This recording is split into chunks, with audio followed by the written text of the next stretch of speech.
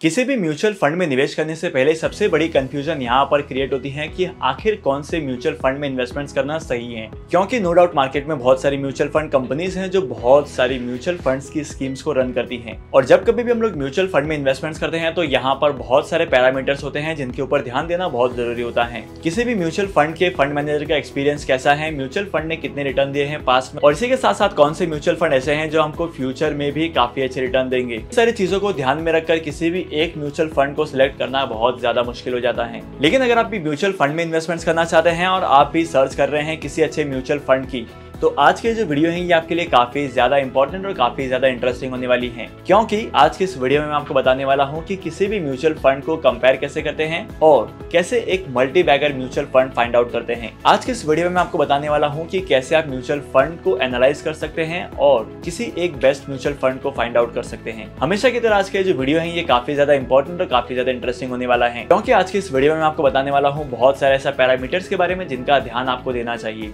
इसी के साथ साथ आज के इस वीडियो में हम लोग लाइव कंपेयर करेंगे म्यूचुअल फंड्स को। तो इस वीडियो में आगे बढ़ने से पहले अगर आपने अभी तक इस चैनल को सब्सक्राइब नहीं किया है और अगर आप इस चैनल पर नए हो तो इस चैनल को सब्सक्राइब कर लेना, क्योंकि इन्वेस्टमेंट, स्टॉक मार्केट और पर्सनल फाइनेंस से जुड़ी बहुत सारी चीजें मैं आपके साथ शेयर करते रहता हूं, तो इस चैनल को सब्सक्राइब करना तो बनता है। तो चैनल को सब्सक्राइब कर दिया ना, तो शुरू करते हैं आज की वीडियो को और जानते हैं कि म्यूचुअल फंड को कंपेयर कैसे करते हैं और कैसे एक अच्छा म्यूचुअल फंड सेलेक्ट करते हैं। जानने के लिए हम लोग चलते हैं सीधा कंप्यूटर की स्क्रीन पर। अगर आपको आज की इस वीडियो का कंटेंट वैल्यूएबल लगता है, आप कुछ नया सीख रहे हैं, तो इस वीडियो को लाइक जरूर कर देना और इसी के साथ साथ इस चैनल को सब्सक्राइब करना मत भूलना। तो चलते हैं सीधा कंप्यूटर की स्क्रीन पर। आज की इस वीडियो में हम लोग कंपेयर करने वाले हैं 3 म्यूचुअल फंड को। सबसे पहला म्यूचुअल फंड है HDFC index fund Nifty 50 plan. Second number पर मैंने रखा है ICICI प्रूडेंशियल टेक्नोलॉजी फंड को और तीसरे नंबर पर रखा है एक्सिस फोकस 25 को। म्यूचुअल फंड को एनालाइज करने के लिए मैं इस्तेमाल करने वाला हूँ ET मनी के वेबसाइट को। अगर आपको यूज करना है तो आप किसी भी और वेबसाइट को भी यूज कर सकते हैं। बहुत सारे वेबसाइट्स अवेलेबल हैं, लेकिन ये इस वेबसाइट पर जो डेटा अवेलेबल है ये काफी कन्वीनियंट है और काफी सिंपल टू अंडरस्टैंड है। तो आज के इस वीडियो में हम लोग डिस्कस करने वाले हैं कि म्यूचुअल फंड को कैसे कंपेयर करते हैं और कौन कौन से पैरामीटर्स होते हैं। और इसी के साथ साथ इन तीनों म्यूचुअल फंड में मैंने पर्सनली इन्वेस्टमेंट्स किया है, तो अगर आपको इन्वेस्टमेंट्स करना है तो ये काफी अच्छे म्यूचुअल फंड है। सबसे पहले हम लोग फंड के ओवरव्यू को देख लेते हैं कि कैसे फंड ने परफॉर्म किया है। अगर आपको किसी भी म्यूचुअल फंड का परफॉर्मेंस चेक करना होता है तो आप सिंपली म्यूचुअल फंड को कंपेयर कर सकते हैं इंडेक्स फंड में। अगर आपको कभी भी ये आइडिया नहीं लगता है कि कौन से म्यूचुअल फंड में इन्वेस्टमेंट्स करना बेटर होगा या कौन से म्यूचुअल फंड में इन्वेस्ट नहीं करना है, तो सबसे पहली चीज आपको किसी भी इंडेक्स फंड के साथ उस म्यूचुअल फंड को कंपेयर करना है। इसीलिए मैंने यहाँ पर HDFC इंडेक्स फंड को रखा है निफ्टी 50 प्लान को।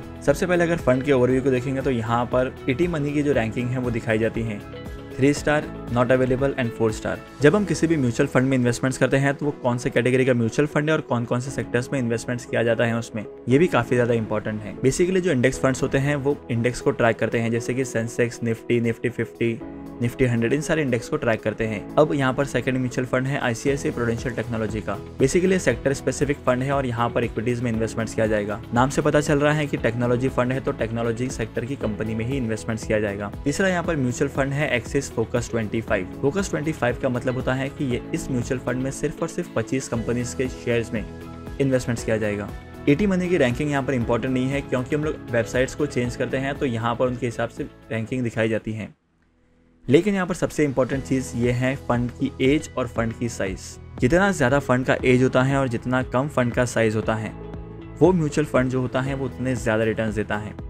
तो जब भी किसी भी म्यूचुअल फंड में इन्वेस्टमेंट्स करेंगे आप, तो आपको किसी कैसे म्यूचुअल फंड में इन्वेस्टमेंट्स करना है जो पुराने से पुराना हो। और इसी के साथ साथ जिस म्यूचुअल फंड का फंड साइज कम होता है, नॉर्मली वहाँ पर रिटर्न ज़्यादा जनरेट होते हैं। इसी के साथ साथ अब हम देख लेते हैं इन तीनों म्यूचुअल फंड्स के रिटर्न्स को भी। जैसे कि यहाँ पर आप देख सकते हैं 3 मंथ के रिटर्न है, 6 मंथ के रिटर्न है, 1 ईयर, 3 ईयर और 5 ईयर्स के रिटर्न है। पास्ट के रिटर्न को देखकर हम लोग फ्यूचर में ये प्रेडिक्ट कर सकते हैं कि ये म्यूचुअल फंड जो है फ्यूचर में कितने ज़्यादा रिटर्न दे सकते हैं। बहुत सारे म्यूचुअल फंड में क्या होता है कि 1 साल के रिटर्न जो होते हैं वो ज़्यादा होते हैं, लेकिन अगर 3 ईयर्स या 5 ईयर्स की बात की जाए तो उनके म्यूचुअल फंड के रिटर्न जो है वो कंपैरेटिवली कम होते हैं। जैसे कि आप यहाँ पर ICICI प्रूडेंशियल टेक्नोलॉजी फंड की जो रिटर्न्स है उन्हें देख सकते हैं, 30% के ऊपर ही इन्होंने रिटर्न दिया है, फिर चाहे वो 1 साल हो, 3 साल हो या 5 साल हो। लेकिन अगर आप HDFC इंडेक्स फंड को ट्रैक करेंगे तो यहाँ पर 1 ईयर में 15.6% का रिटर्न है, 3 साल में इस म्यूचुअल फंड ने 14.04% का रिटर्न दिया है, लेकिन 5 ईयर की बात की जाए तो ये 13.87% का रिटर्न है। मतलब बहुत सारे म्यूचुअल फंड में होता ऐसे है कि जितना लंबा टाइम पीरियड होता है उतने जो इनकम है उनकी रिड्यूस होते जाती है। अब हम लोग बात करते हैं रिस्क मेजर्स की। बेसिकली यहाँ पर ये रेशियोज क्या होते हैं इसके ऊपर मैं अपकमिंग वीडियोस में बताऊंगा। लेकिन आपको सिर्फ और सिर्फ इतना समझना है कि जिस भी म्यूचुअल फंड का ये कम से कम होते हैं, जिस भी म्यूचुअल फंड के जो रेशियोज हैं वो कम से कम होंगे, वो म्यूचुअल फंड ज़्यादा अच्छी रिटर्न देगा। अब इसके बाद सबसे इंपॉर्टेंट चीज़ ये आती है कि किसी भी म्यूचुअल फंड ने कौन कौन से सेक्टर्स में इन्वेस्टमेंट्स किया है, उस म्यूचुअल फंड के रेशियोज क्या हैं और इसी के साथ साथ इनकी टॉप 5 होल्डिंग कौन कौन सी हैं। बेसिकली इंडेक्स फंड में होता क्या है कि ये किसी भी इंडेक्स को ट्रैक करते हैं, तो इंडेक्स को फॉलो करने की वजह से जो शेयर्स इंडेक्स में होंगे वो सारे के सारे शेयर्स यहाँ पर दिखाए जाएंगे। लेकिन बाकी सारी म्यूचुअल फंड्स में ऐसा नहीं होता है। जैसे कि आप यहाँ पर देख सकते हैं कि कौन कौन से टॉप 3 सेक्टर्स हैं जहाँ पर इस म्यूचुअल फंड ने इन्वेस्टमेंट्स किया है।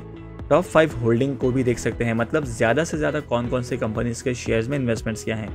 इसके बाद प्राइस टू अर्निंग रेशियो है, प्राइस टू बुक वैल्यू है, और इसी के साथ साथ यहाँ पर यह भी दिखाया गया है कि इस म्यूचुअल फंड के तहत इक्विटीज़ में कितना अमाउंट इन्वेस्ट किया गया है और डेट में कितना इन्वेस्ट किया गया है। इक्विटी और डेट के पोर्शन को देखकर आप ये पता लगा सकते हैं कि मार्केट में ये म्यूचुअल फंड किस तरीके से परफॉर्म करेगा। जब शेयर मार्केट नीचे गिरेगा तब इसकी हालत क्या होगी। इसके साथ साथ बहुत सारी इंपॉर्टेंट चीज़ें होती हैं, जैसे कि किसी भी फंड का एक्सपेंस रेशियो, जितना ज़्यादा एक्सपेंस रेशियो होगा उतना कम आपको रिटर्न्स कमाने को मिलेंगे। इसी के साथ साथ एग्जिट लोड भी काफ़ी ज़्यादा इंपॉर्टेंट है। किसी भी म्यूचुअल फंड में अगर आप लॉक इन पीरियड से पहले विड्रॉ करते हो म्यूचुअल फंड के यूनिट को, तो यहाँ पर एग्जिट लोड लगता है। बहुत सारे म्यूचुअल फंड में लॉक इन पीरियड होता है, बहुत सारे म्यूचुअल फंड में लॉक इन पीरियड नहीं होता है। और इसी के साथ साथ अगर आप म्यूचुअल फंड में SIPs वगैरह भी करते हो तो काफ़ी अच्छे रिटर्न्स कमा सकते हो। और अगर आपको जानना है कि म्यूचुअल फंड के मैनेजर का एक्सपीरियंस क्या है, तो यहाँ से म्यूचुअल फंड एक मैनेजर के नाम को कॉपी करना है, लिंक्डइन पर जाना है, वहाँ पर सर्च करना है। लिंक्डइन पर आपको हर एक चीज़ की डिटेल मिल जाएगी। तो आप कौन सी म्यूचुअल फंड में इन्वेस्टमेंट्स करने वाले हो मुझे कमेंट सेक्शन में ज़रूर बताना।